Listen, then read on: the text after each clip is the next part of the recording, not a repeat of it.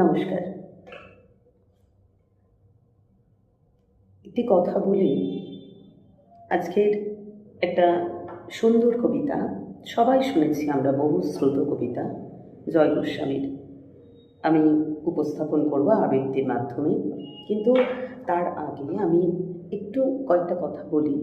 আপনারা অনেকেই বলছেন, আমাকে মেসেজ করছেন যে আমি যে কবিতাগুলো বলি সেগুলো কি আমার জীবনের সঙ্গে যুক্ত।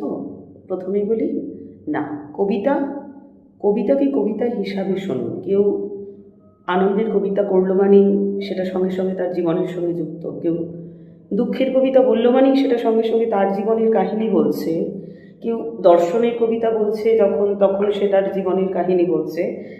এই অ্যাঙ্গেল থেকে কবিতা শুনবেন না, কবিতাকে কবিতার মতো করে উপলব্ধি করুন। প্রত্যেকটা কবিতার নিজস্ব একটা ছন্দ আছে, একটা গল্প আছে, সেটাকে সেরকমভাবে নিন। যে আবৃত্তি শিল্পী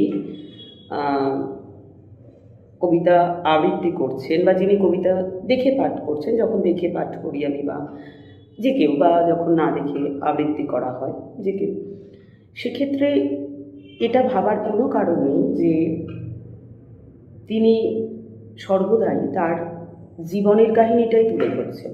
না, একেবারেই না। আজকে একটা সুন্দর কবিতা, খুব ভালো লাগে আমার, এটা সবাইয়েরই ভালো লাগে এই কবিতাটা। বহু শ্রুত কবিতা জয় গোস্বামীর, মালতীবালা বালিকা বিদ্যালয়।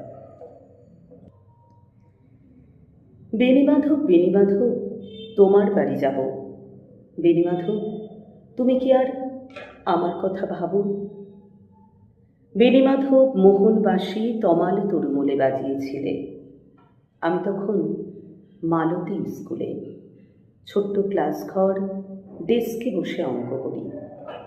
বাইরে দিদিমণির পাশে দিদিমণির বর। আমি তখন নবম শ্রেণী, আমি তখন শাড়ি। আলাপ হলো বেণীমাধব সুলেখাদের বাড়ি। বেণীমাধব লেখাপড়ায় ভালো, শহর থেকে বেড়াতে এলে আমার রং কালো। তোমায় দেখে এক দৌড়ে পালিয়ে গেছি ঘরে, বেণীমাধব আমার বাবা দোকানে কাজ করে। কুঞ্জে অলিগুঞ্জে তবু ফুটেছে মঞ্জরি, সন্ধেবেলা পড়তে বসে অঙ্কে ভুল করি। আমি তখন